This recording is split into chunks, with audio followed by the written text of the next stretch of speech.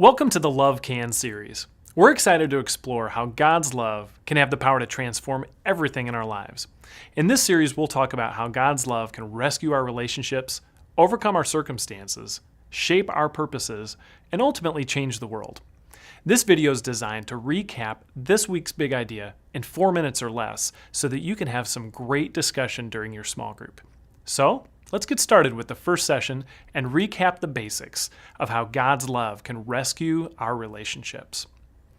When it comes to relationships, I would imagine that most of us have at least a few relationships that maybe seem to have gone dry in some way. It might be a marriage, a friendship, or even a relationship with somebody in your family. Our lives are filled with relationships, and each relationship demands something from us. Over time, relationships can get strained. Now, here's a key passage for our discussion. You may have heard it before. It's the famous wedding Bible verse about love. And here's how it goes. Love is patient. Love is kind. It does not envy. It does not boast. It's not proud. It does not dishonor others. It's not self-seeking. It is not easily angered. And it keeps no record of wrongs. There you go. If we could do that, we'd be set, right?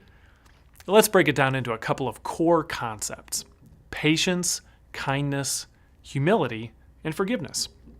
Let's start with patience. To be patient means making room for the faults of others. Everybody has faults. Love creates margin for those faults so that the faults don't define our relationships. Love is patient, and patience makes room for the faults of others.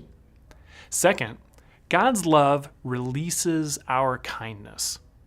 Real love shows up not in just how we feel about others, but through acts of kindness. And when we consistently give kindness, that's powerful. Third, rather than making our relationships all about us, we focus on the interests of others. The healthiest relationships tend to be the ones that are others-focused. And finally, God's love shows up in forgiveness. Instead of keeping count of the sins committed against us, we forgive the faults of others. Now, we know all of this is hard, but think of it this way. Wouldn't you love to have relationships in your life where everybody treated you with patience and kindness, put your interests first, and forgave you when you messed up? I know I would. When we talk about God's love rescuing our relationships, what we need to understand is that this doesn't just happen by us trying harder. Before anything, God's love needs to rescue us.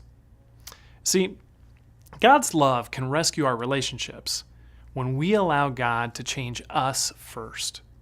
So many times we want God to save our relationships by changing our circumstances, or by changing the other person. But God wants to save our relationships by changing us. And love can do that. When a person is loved well, it changes them. A person who is loved well knows that they are valued, that they're significant, and that they're safe. A person who's loved well doesn't have to fear. They don't need to worry. They don't need to manipulate others to get what they want. Here's what we need to remember. We are loved well by God. The God of the universe loves us with such a deep and compelling love that when we really begin to understand it, it could take our breath away. And this love can transform everything. So, what relationship in your life is in need of rescue? If we'll allow God's love to do its work in us, then God's love can create margin in our hearts for other people's faults. God's love can empower us to extend kindness, even if other people aren't being kind. God's love can help us to let go of our interests so that we can put other people's interests first. And God's love can give us the strength to offer forgiveness and let it go. Love can. God's love can rescue our relationships. Enjoy your small group.